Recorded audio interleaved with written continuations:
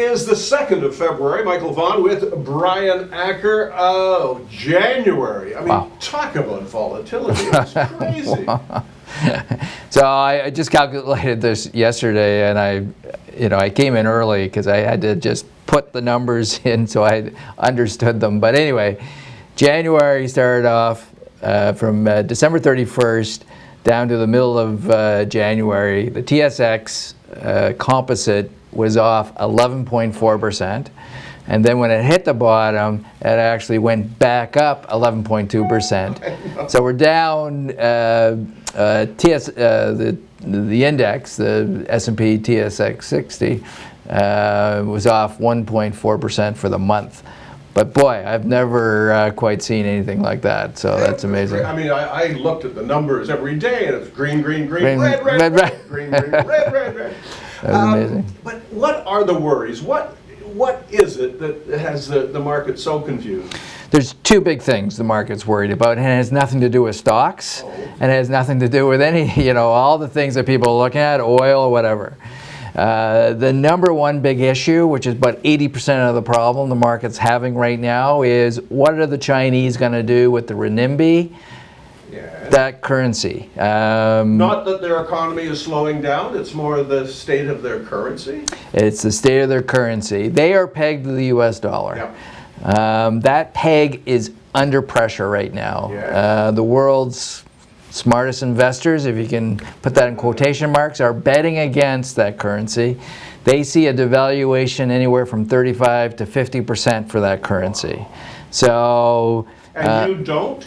Well, again, that's what the Chinese are doing. So the official numbers are in December.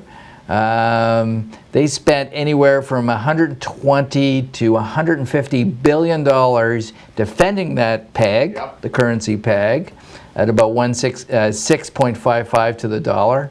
But the currency was still down about 2%. Mm-hmm. So as we walked into January, and this is why we had such volatility, it certainly showed up in all the world markets, but halfway through January, the world markets were off anywhere from 8 to 9 to 11%. Right. Why? Is because people were worried about that cross rate. Now, if the Chinese were to devalue by, let's say, 40%, all these markets go lower. Okay. Our equity markets, etc. Why? Trade wars, everything. Right.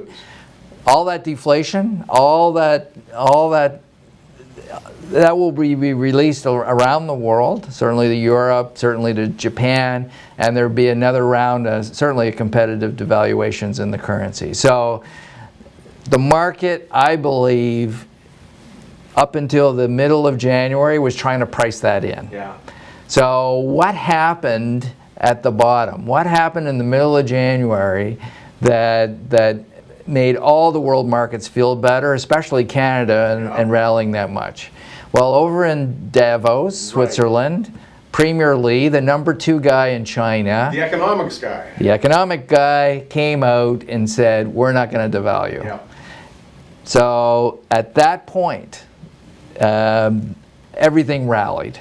But why wouldn't they devalue? I mean, then their exports boom again, and So if China's going to be the superpower, the next superpower, and it's going to replace the United States, they can't devalue, okay? Oh. They're spending billions of dollars a day, I get it, on that peg, but they have to do the hard work of reforming their economy. Yep.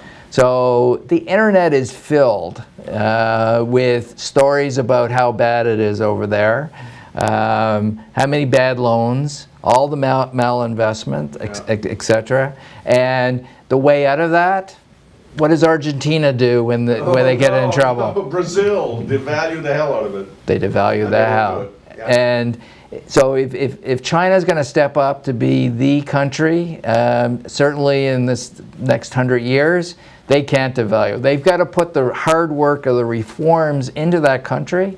And I don't know when this is going to happen, but at some time, if they don't devalue, the market's going to realize they're not going to devalue and look for probably one of the most substantial rallies in equities, both in U.S. and Canada, once that happens. But we got to get to that point, and I just don't know when that's going to be.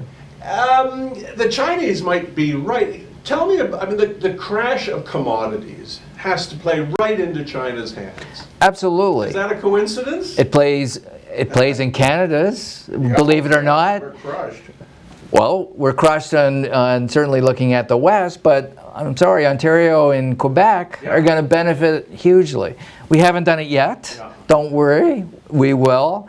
But all major countries, the G20, if we're going to grow, we need all these commodity prices down, because there was a price for growth 5 years ago. If oil's $100 a barrel, and if the world growth was going to go to, I don't know, 3%, 3.5%, then the oil would go to $130 a barrel. So it was a tax on growth. So with this commodity, all these commodities going down, and certainly we're seeing it literally every day, certainly oils and the headlines, etc. Okay, if the world went back to 3% growth again, okay, so oil goes from what, $30 to $50? I mean, you know, we can handle that. But our paradigm, China can handle that. And China can handle that. So this is a good thing. I know the press and everything else is saying, you know, this is bad, but well, hold on here. This is actually good, and it sets up China, I think, if they don't devalue, and I don't think they will. Let me go on record, but I'll tell you, once the market gets through that. Now, let's have time for the second thing the market's worried about. Okay.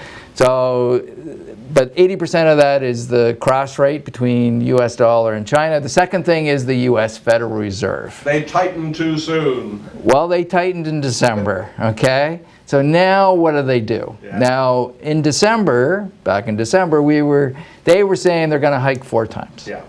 The market was saying they're going to hike 4 times. Now everything's off the table. It is. Where are we now? And they have been very slow to communicate. We just had a Fed meeting last week.